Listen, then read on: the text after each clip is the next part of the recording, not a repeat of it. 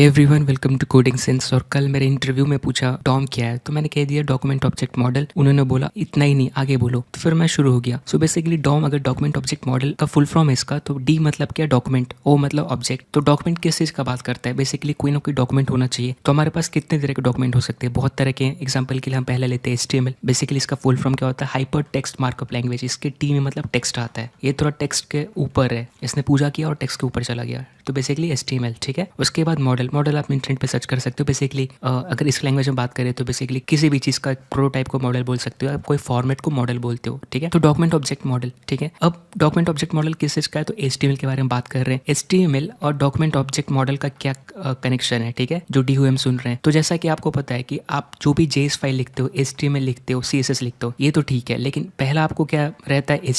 HTML में क्या रहता है? बेसिक चीज़ें लिख देते हो जो भी आपको देखना है वेब पे। एग्जाम्पल के लिए मैंने क्या लिखा है, स्टार्टिंग होता है डॉक टाइप और HTML, यानी कि पहले तो बताना पड़ता है कि आप क्या यूज़ कर रहे हो, किस तरह का HTML है। ठीक है। उसके बाद आपका क्या, ये HTML, इसके अंदर बेसिकली आपको हेड लिखना पड़ता है, बॉडी लिखनी पड़ती है, राइट। तो बेसिकली ये दो चीज़ है, इसके मतलब दो पार्ट हो गए, समझ में आ गया। बॉडी में आपका कंटेंट होता है, ये हम खुद पढ़ पा रहे हैं, राइट, और ब्राउजर भी पढ़ पाएगा। आप भी पढ़ पा रहे हो, मैं भी पढ़ पा रहा हूँ, ब्राउजर भी पढ़ पाएगा। लेकिन पढ़ने के पीछे भी एक काम होगी, क्या?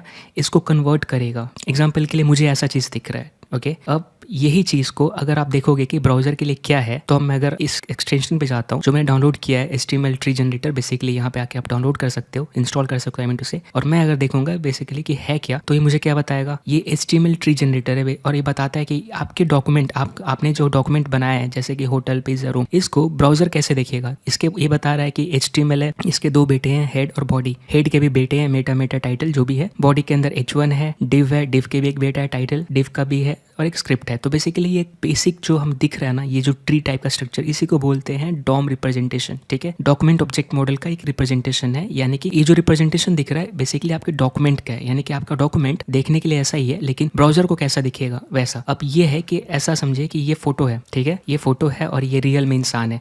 तो जो फोटो है वो क्या है? वो नॉर्मल आपका HTML है, ठीक है, और जो इंसान है ये डॉम है। ठीक है। यानी बेसिकली आप एक क्या हो? ऑब्जेक्ट हो। मैं क्या हूँ? एक ऑब्जेक्ट है। ट्री क्या है? एक ऑब्जेक्ट है। फोटो क्या है? फोटो में आप किसी से इंटरेक्ट कर सकते हो, नहीं कर सकते हो, ये बस जिंदा, ये बस नॉर्मल है, स्टैटिक है, मरा हुआ चीज़ है, I mean non living things है। लेकिन ये किसका है? ये इसका एक्चुअल आदमी का है, जो रियल में डॉम है ना। इसके साथ हम इंटरेक्ट कर सकते हैं, थप्पड़ मार सकते हैं, बात कर सकते हैं, दौड़ा सकते हैं, जो भी है। तो बेसिकली ये चीज़ जो दिख रही है, एक फोटोग्राफ और ये रियल आदमी के पीछे जो कनेक्शन है क्या है? ये नॉर्मल, ये फोटोग्राफ है यानी HTML है, और इसी का मस्त एक जिंदा रिप्रेजेंटेशन क्या है? Document object model. Okay guys, अब इमेजिन करिए कि मैं एक वेब डेवलपर हूँ और मैंने बहुत मेहनत करके एक प्रोजेक्ट बनाया। ठीक है। इस प्रोजेक्ट का नाम है, कुछ भी रखा मैंने, और मुझे इन सबको मैं चाहता हूँ कि मैं दुनिया को दिखाऊं कि ये देख मैंने क्या कर लिया। तो मैं अपने घर पर रह के तो नहीं दिखा सकता, मुझे चाहिए होगा एक सेंट्रलाइज प्लेस, राइट। तो मैंने कुछ पैसे खर्च करके यहाँ पर एक जगह लिया जिसका नाम है सर्वर पे मैंने स्पेस लिया। सर्वर पे स्पेस लेने के बाद मैंने अपनी प्रोजेक्ट को यहाँ पे होस्ट की, और होस्ट करने के बाद मैंने बोला कि यहाँ पर कोई भी इस प्रोजेक्ट को मतलब abc.com नाम से एक्सेस कर सकता है। ठीक है। ये एड्रेस है जो मेरे प्रोजेक्ट को पॉइंट करेगा। अब लेट से कोई आया, ठीक है, उसको एक्सेस करना चाहता है, खाली हाथ तो एक्सेस नहीं कर पाएंगे। चाहिए क्या? एक क्लाइंट चाहिए, टूल चाहिए। यहाँ पे ब्राउजर है, ठीक है, ये नॉर्मल सा ब्राउजर, कोई भी ब्राउजर ले लीजिए। उनको क्या करना पड़ेगा? URL एड्रेस में ब्राउजर को टाइप करना पड़ेगा abc.com, और फिर ये क्या, ये रिडायरेक्ट करेगा अपने मेरे सर्वर को, और यहाँ से रिक्वेस्ट करेगा पहला पेज। अब सर्वर ने रिक्वेस्ट किया पहला पेज, तो मेरे ब्राउजर ने रिक्वेस्ट किया पहला पेज, तो सर्वर क्या करेगा? एक नया पेज भेजेगा, और सबसे पहला पेज क्या होगा? index.html। ठीक है। किसी भी प्रोजेक्ट में, वेब प्रोजेक्ट में आपका पहला पेज HTML होता है, राइट। index.html होगा ही होगा। एक JS फाइल होगी, CSS या SAS फाइल जो भी है, राइट, SCSS, जो भी फॉर्मेट में आप रखना चाहें, इंडेक्स JS चाहे जो भी प्री प्रोसेसर SAS फाइल कोई तो कोई होगी, राइट। अब यहाँ पे यही फाइल जाएगी, तो सबसे पहले कौन जाना चाहिए? index.html। क्यों? क्योंकि किसी भी बुक का पहला पेज क्या होता है? इंडेक्स, उसी में लिखी रहती है इंडेक्स फाइल में कि इस बुक में क्या क्या मतलब लिखा हुआ है, राइट। तो पहला पेज आ गया index.html। अब इस ब्राउजर के पास आया। अब आप पहले के जमाने में जो प्रोजेक्ट हुआ करते थे नॉर्मली 1990s में, मोस्टली इनका जो इन्वॉल्वमेंट हुआ था ट्रिपल का जो भी मतलब जब भी इंट्रोड्यूस हुआ था, तो उनका मेन काम क्या था? किसी भी इन्फॉर्मेशन को दिखाना। ठीक है। पहले के टाइम में कुछ छोटी चीज़ें बहुत बड़ी चीज़ें हुआ करती थी, यानी कि बेसिकली आपने कुछ नॉलेज लिखा या पे कुछ लिखा और आपने पब्लिश किया, और बाकी लोग उसको एक्सेस कर पा रहे ओवर द इंटरनेट, यानी कि using the HTML, right. Basically HTML use होता है इंटरनेट पे, अगर आपको कहीं भी पेज रेंडर करना हो तो आप HTML लैंग्वेज यूज़ करते हो, right. So HTML is the language of internet बोल सकते हैं। अब पहले का टाइम में छोटी सी चीज़ बहुत बड़ी चीज़ हुआ करती थी, आज भले ही हवा में उड़ रहे हैं, तो यहाँ पे ये एक्सेस कर पा रहे थे, राइट। और इन सब पे कुछ लिंक हुआ करती थी, जैसे कि उसको हाइपर लिंक बोलते हो। एग्जाम्पल कोई भी दूसरे पेज का लिंक, राइट, इस पे मैंने एक लिंक बनाया जो लिंक करता है दूसरे पेज को, उसको हाइपर लिंक बोलते हैं। एग्जाम्पल के लिए अभी थोड़ा देख लेते हैं कि मान लीजिए कि कोई ना कोई पहला दुनिया का वेब डेवलपर हुआ होगा, तो अगर हम बात करें तो पहला वेब डेवलपर कौन था दुनिया का, ये भैया थे, ठीक है। इनका नाम क्या, बेसिकली इन्होंने इनको द बर्थ ऑफ वेब नाम के पे टॉपिक है, उसको भी आप पढ़ सकते हैं। और इनका नाम टिम बर्नर्स-ली है, ठीक है। इन्होंने ही अपना सबसे पहला प्रोजेक्ट बनाया था, first project on the internet इन्होंने रखा था, जिसका नाम ये है, ठीक है। अब इन्होंने देखिए नॉर्मल सा पेज है, इसमें कुछ हाइपर लिंक से जो लिंक करते दूसरे डॉक्यूमेंट। और पहले के टाइम में इतनी बड़ी चीज़ होती थी कि हर कोई इस डॉक्यूमेंट को एक्सेस कर पाएगा आपसे, है ना। मतलब कोई भी अगर अपना इन्फॉर्मेशन पब्लिश करना चाहेगा तो ईजिली कर पाएगा, और कितनी बड़ी चीज़ थी। अब ये जो ब्लू ब्लू दिख रहा है, क्या बोलते हैं उसको, हाइपर टेक्स्ट, ये लिंक रखती है दूसरे पेज की, ये स्टैटिक पेज बोल सकते हैं इसको, बस इन्फॉर्मेशनल का काम है। तो लेट्स से कि आपने क्या किया, इन्फॉर्मेशनल स्टैटिक पेज बनाया, मैंने बनाया मतलब, और मैंने भेजा ब्राउजर को। ब्राउजर क्या करेगा, इसको पार्स करेगा और डिस्प्ले कर देगा, ठीक है, रेंडर कर देगा पेज पे। तो ये हुआ स्टैटिक पेज, ठीक है। अब लेट्स से कि चीज़ें बढ़ी, आगे बढ़ी, बाद में लोग बोले कि यार मैं ब्राउजर पे देख के कुछ होता है, मुझे कुछ करने का मन करता है, यानी कि इनको कुछ ना कुछ मतलब इंटरेक्ट करना था ब्राउजर से। तो ये कहीं भी माउस दबाएंगे तो कुछ होगा नहीं, क्यों, क्योंकि इसके लिए जो ब्लेसिंग चाहिए वो था नहीं, मतलब जो आशीर्वाद चाहिए था ब्राउजर को था नहीं, है ना। तो बाद में जो ये भैया हैं जिनका नाम आप पढ़ सकते हैं, इन्होंने क्या डेवलप किया, जावास्क्रिप्ट। पता नहीं ऐसे अच्छा स्माइल कर रहे हैं, लेकिन हाँ, इन्होंने डेवलप किया जावास्क्रिप्ट। उसके बाद फिर उस समय के टाइम में मतलब दो चीज़ चल रही थी, या फिर स्क्रिप्ट के ऊपर वॉर, यानी कि युद्ध बोल सकते हैं, लड़ाई चल रही थी कि किसका लैंग्वेज अच्छा है, और दूसरा क्या, ब्राउजर, किसका ब्राउजर अच्छा है। दो चीज़ें, क्योंकि नई चीज़ आई थी, राइट। ब्राउजर के लिए लैंग्वेज आया था, जिसको जावास्क्रिप्ट या जेस्क्रिप्ट या जो भी आप बोल लीजिए, और दूसरा उस समय दो कंपनियां थी, आई गेस माइक्रोसॉफ्ट भी था बीच में, लड़ाई कर रहा था, और उसने आई गेस जेस्क्रिप्ट ने निकाला था इंटरनेट एक्सप्लोरर के लिए, आई के लिए, जो उस पर आज उसने माला चढ़ा दिया है। तो बहुत सारी चीज़ें थी, अब उस पर हम नहीं जाते। बेसिकली हम इतना ध्यान देते हैं कि जब ये लोगों को चाहिए था कुछ इंटरेक्ट हो, ये देख रहे हैं मज़ा नहीं आ रहा, तो इंटरेक्शन कैसे हो पाएगा, इसको ऐसे एटलीस्ट मतलब इसके साथ इंटरेक्ट करने वाला कोई चाहिए। तो बाद में क्या हुआ, जावास्क्रिप्ट को बनाया गया, राइट। आई गेस 1990s में, मुझे एग्जैक्ट डेट नहीं याद है, बनाने वाले भैया कौन है, इनका नाम है ये, ठीक है। अब इन्होंने जावास्क्रिप्ट बना दिया। अब जावास्क्रिप्ट क्या कर सकता है, जावास्क्रिप्ट हलचल मचाएगा, कैसे, इसको चाहिए हलचल मचाने वाला। ये आप जो पेज बना रहे हो, ठीक है, जैसे कि मैंने इंटरनेट पे पेज, यानी मैंने प्रोजेक्ट बनाया ये नॉर्मली, ठीक है, इस पे मैंने बनाया होटल पिज़्ज़ा रूम। अब अगर ये ब्राउजर रिक्वेस्ट किया सर्वर को इस पेज को, फर्स्ट टाइम जब मैं index.html लिख रहा है तो गया, सर्वर ने क्या रिस्पॉन्स दिया, इस तरह का, ये आप भी पढ़ पा रहे हो, मैं भी पढ़ पा रहा हूँ, ब्राउजर भी पढ़ पाएगा, है ना। तो ये तो नॉर्मल चीज़ है, ये बेसिकली फॉर्मेटिंग के लिए ठीक है, सिमेंटिक टैग है, हेड, ये सब बॉडी, लेकिन इस पे ये कुछ हो नहीं पाएगा, है ना। मतलब नॉर्मली ये प्लेन टेक्स्ट है, जैसे मैंने बात किया फोटो, ये फोटो है, इसको जिंदा कौन करेगा, ब्राउजर करेगा। कैसे करेगा, यहाँ पर ब्राउजर क्या करेगा, स्टेप निकालेगा। अब यहाँ पे बात करते हैं, एग्जाम्पल के लिए ये मेरा ब्राउज़र है और ये सर्वर है जहाँ पे प्रोजेक्ट है। इसने रिटर्न किया था index.html पेज, ठीक है, इसने रिक्वेस्ट किया था इसलिए। अब index.html इसके पास आया, तो ब्राउज़र के पास आया index.html। अब index.html को ब्राउज़र क्या करेगा, पार्स करेगा, मतलब रीड करेगा, समझेगा, अच्छा भैया हेड लिखे हो, अच्छा तुम्हें बॉडी भी लिखना आता है। अब इस पार्सिंग के बाद क्या होगा, इसके बाद इसको जिंदा करेगा, यानी कि बेसिकली ब्राउज़र का काम है इसको एक जिंदा इंसान बनाना, मतलब डॉम में कन्वर्ट करेगा। तो यहाँ पे होगी डॉम कंस्ट्रक्शन, ठीक है, डॉम में कंस्ट्रक्शन, इसको डॉम कंस्ट्रक्शन बोलते हैं।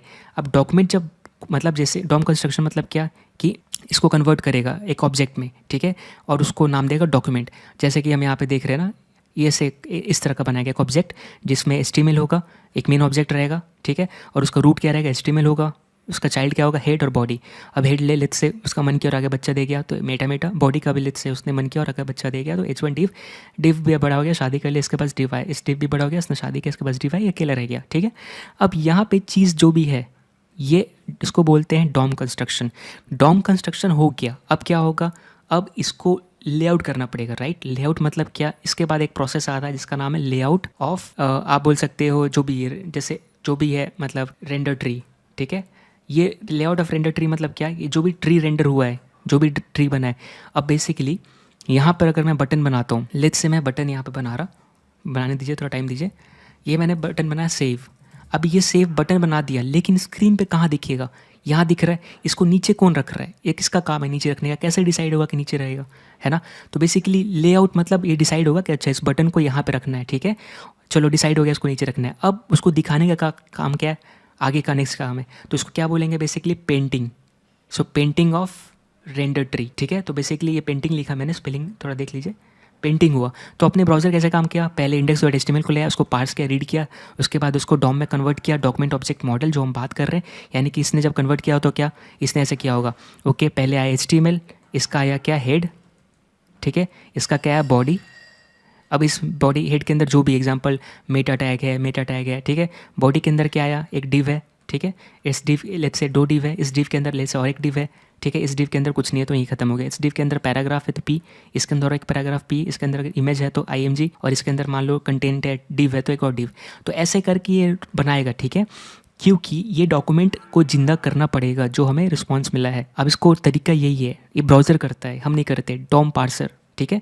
बेसिकली ये इंडेक्स HTML को रीड करके पार्स कर देता है। तो ये हुआ डॉम कंस्ट्रक्शन है, कन्वर्शन, जो भी आप बोलना चाहे। अब ये बन गया, ठीक है। अब गाइस लेट्स से बटन तो बन गया, लेकिन ये बटन बनने से क्या मतलब, मुझे क्लिक करना है इस पर, लेकिन ये क्लिक करने पे कुछ होगा नहीं, ठीक है। तो ये मेरी आवाज़ को कौन सुनेगा, मैं जो ऐसे दबा क्लिक कर रहा हूँ, कौन सुनेगा, कोई तो होना चाहिए। तो यहाँ पे निखर के कौन आ रहा है, यहाँ पे आ रहा है जेस, ठीक है।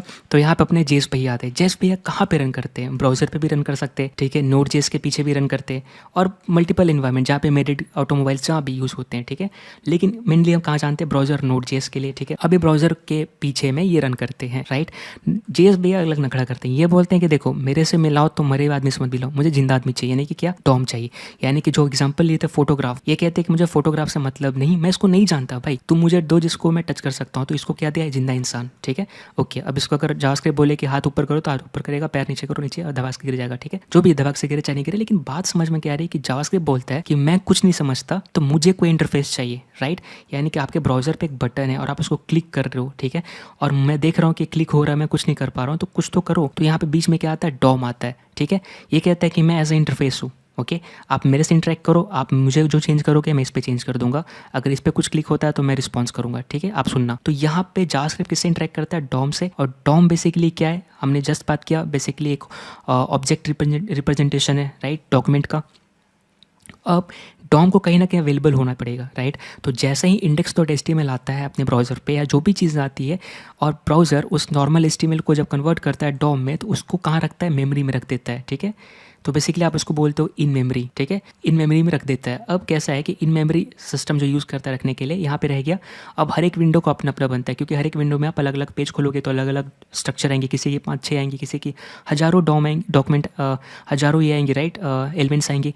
तो डॉम बेसिकली क्या करेगा, हर उतने के लिए ब्राउज़र क्या करेगा, उतने के लिए डॉक्यूमेंट ऑब्जेक्ट बनाएगा और उस हर एक पर्टिकुलर मेमोरी में रखेगा, ठीक है, टाइप के रिगार्डिंग, और उसको लिंक कर देगा।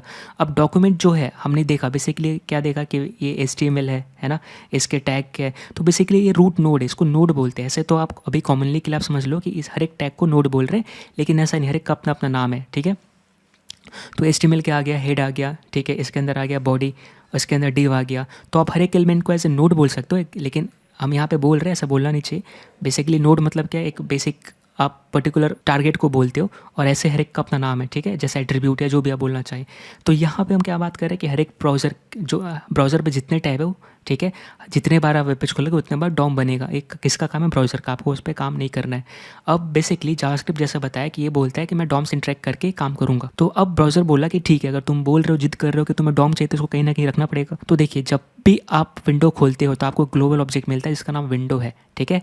इस पर आपको सारी APIs रहती है, जैसे कि आपको ब्राउज़र का लोकल स्टोरेज चाहिए, अलर्ट चाहिए, जो भी चाहिए, राइट। हमने देखा है बहुत बार, और आप प्लीज़ मत बोलिएगा कि आप भूल गए, मजाक कर रहा, इसको देख लेते हैं। अब मैं अगर यहाँ पे विंडो करूँ, ठीक है, और थोड़ा सा इसको ऐसा बड़ा करूँ ताकि चश्मे से टकराए, और फिर यहाँ पर मैं अगर विंडो डॉट अलर्ट करूँ तो क्या होगा, यहाँ पर अगर मैं हेलो करूँ तो ये काम करेगा, राइट, है ना, हेलो ऊपर आया। और क्या हुआ, सिर्फ मैं अलर्ट करूँ तो भी ये काम करेगा, राइट, आपको पता है। तो बेसिकली क्या हुआ, आप देखिए, आप एक देश में जिसका नाम इंडिया है, ठीक है। अब एग्जांपल के लिए आप इंडिया में रह के बोल रहे हैं कि यार देश का कुछ नहीं हो रहा, तो मुझे पता है कि आप देश का बात कर रहे हैं, आप US का बात नहीं कर रहे, आप पाकिस्तान का बात नहीं कर रहे, राइट। देश में रह के अगर आप सिर्फ बोलोगे ना कि यार ये सही नहीं हो रहा है यहाँ पे, तो किसके रिगार्डिंग बात करो, देश के। यानी कि अगर इसको मान लो विंडो, ठीक है, इस देश को मान लो विंडो, आप कह रहे हो कि यार अलर्ट, तो इस देश को पता है कि आप अलर्ट जो बोल रहे हो उसके रिगार्डिंग ही बोल रहे हैं ना। और नहीं तो दूसरा क्या, इंडिया का भला नहीं हो रहा है, इंडिया कुछ नहीं हो रहा है, ऐसे बोलते हो ना। तो बेसिकली या फिर आप इंडिया डॉट भला बोलो, I mean window dot alert बोलो, या फिर सीधा अलर्ट बोलो। ब्राउज़र को पता है कि आप जिस इन्वायरमेंट में उस इन्वायरमेंट की बात कर रहे हैं, राइट। यहाँ पे जैसे कि हमने ट्राई किया, आप बोल रहे हो विंडो कौन, यहाँ पे देश मान लो, आप अलर्ट बोल रहे हो मतलब यार कुछ हो नहीं रहा, राइट।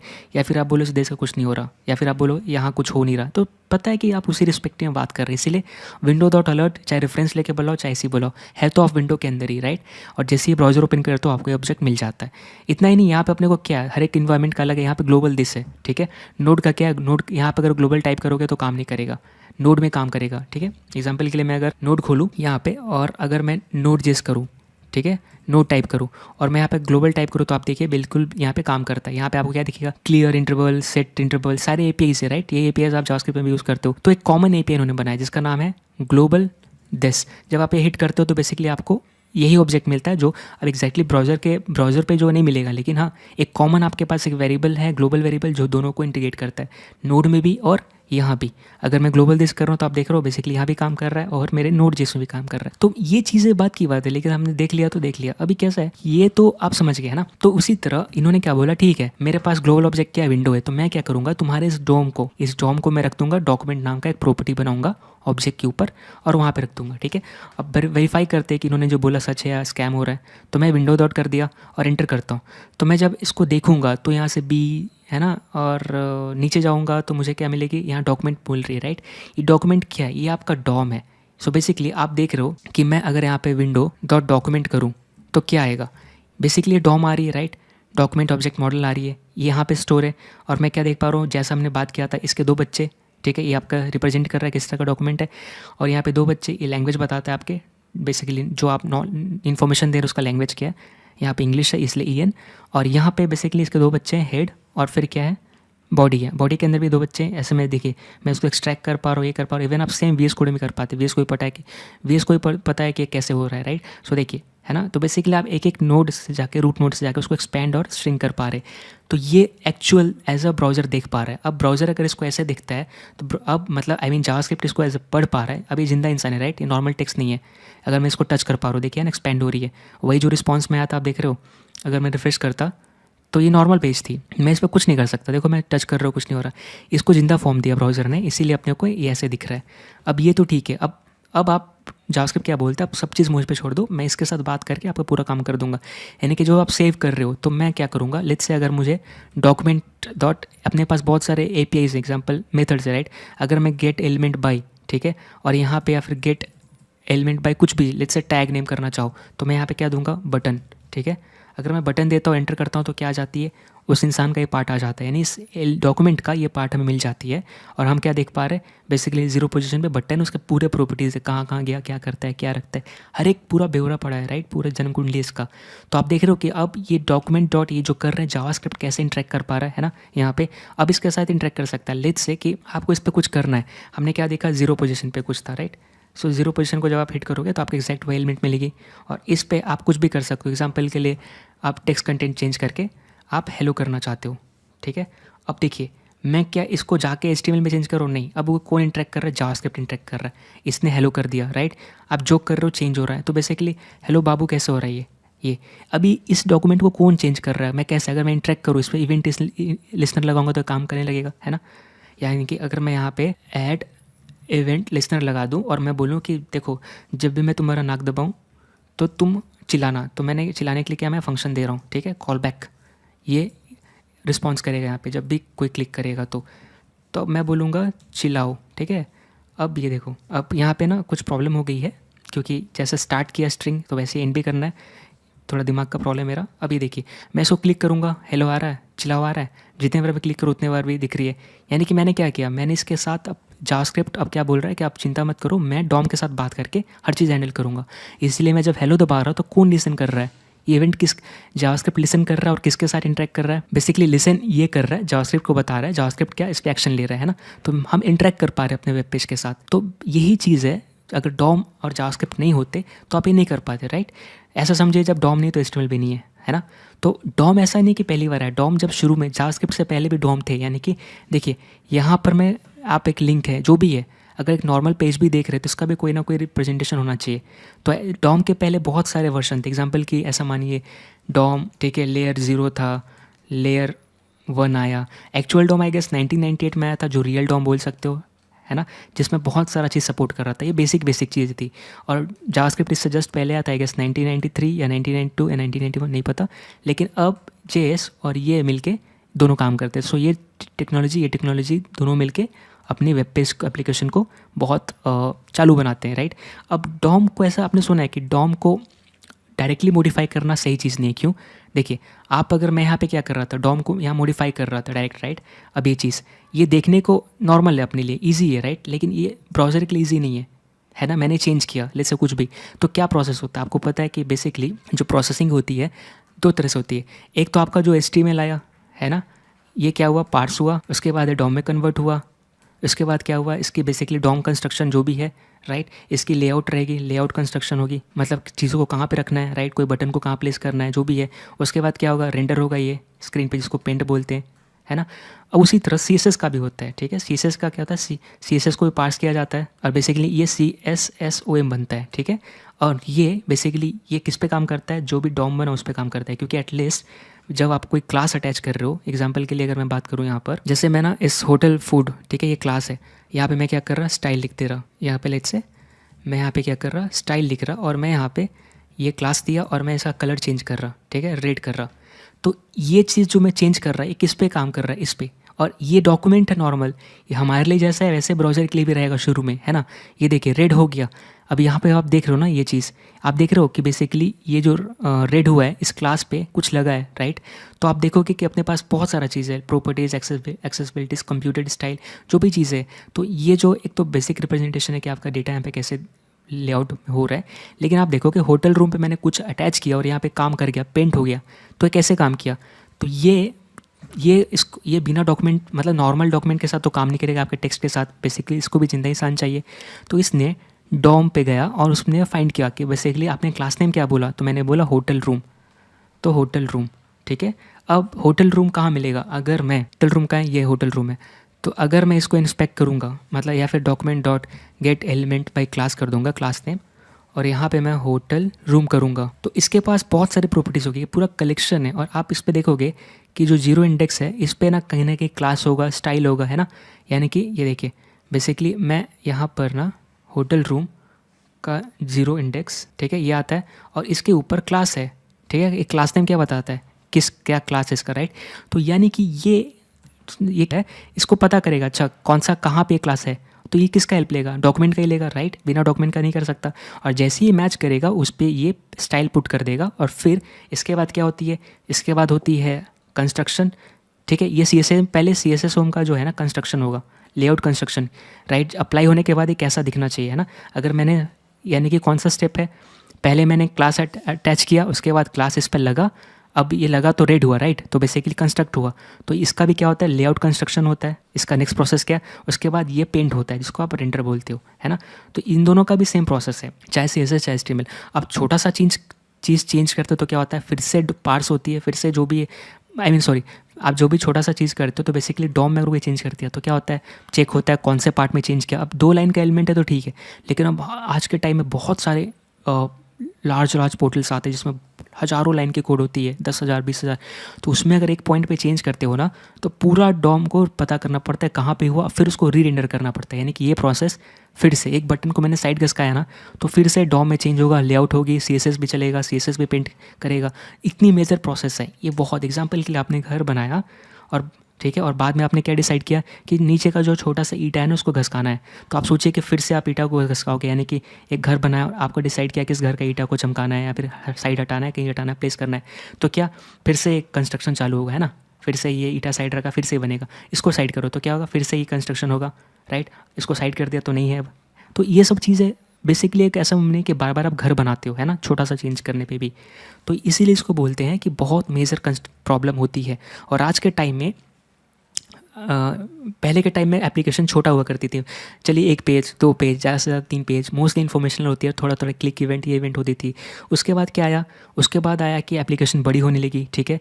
मैंने कि अब पहले के टाइम में, अभी के टाइम देखिए JS के साथ डायरेक्टली इंटरेक्ट कर सकते हो। JS क्या है बेसिकली, ये क्या है, आप उसको बोल सकते हो इम्परेटिव लैंग्वेज, ठीक है, IMPE इम्परेटिव लैंग्वेज है। इम्परेटिव मतलब क्यों, JS को एग्जैक्टली बताना पड़ता है कि कौन से एलिमेंट पे जाओ, ठीक है, उस एलिमेंट का क्या उठाना है, एग्जांपल क्लास, उसका क्या चेंज करना है, या फिर एग्जांपल उस पर क्लास नेम लगाना है, तो लेट्स से बिग नाम का क्लास लगाना है या कलर, इस एलिमेंट पे जाओ, क्रिएट करो, ये पूरा बताना पड़ता है, इसको बोलते हैं इम्परेटिव।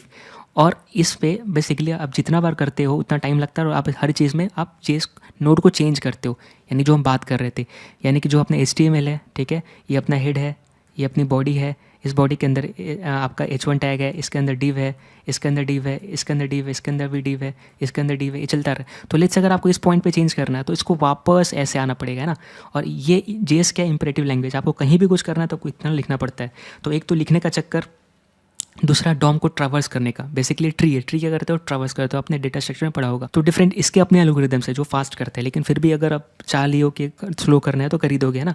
तो ये चीज़ें थी, लेकिन अब क्या था ना कि इन चीज़ों के ऊपर प्रॉब्लम ये हो रही थी कि लोग डायरेक्टली इसके साथ कॉन्टैक्ट कर रहे थे। यानी कि आपके पास टीवी है और आप वहाँ पर बटन है, ठीक है, हर कोई जा रहा है बटन दबा रहा है ना, कुछ कुछ कर दे रहा है। तो एक चीज़ था कि आप डायरेक्टली टच कर रहे हो।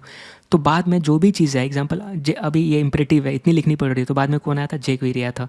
इसने क्या बोला, मैं आपको कुछ मेथड्स दूंगा जिसके सारे तुम इन पे चेंजेस कर सकते हो, है ना। जैसे कि आपको एलिमेंट क्रिएट करना है, जो भी है, क्रिएट टैग करना है, राइट, तो ये कर सकते हो। तो jQuery ने बोला कि मैं आपको मेथड दूंगा, आप इसको चेंज कर सकते हो, आपको इतना लिखने की जरूरत नहीं पड़ेगी। और आपको पता है jQuery में नॉर्मली से क्वेरी होती थी, जैसे कि आप ने देखा होगा। एग्जाम्पल के लिए आप ये देख सकते हो, इस साइड जो है जावास्क्रिप्ट है, इस साइड jQuery है।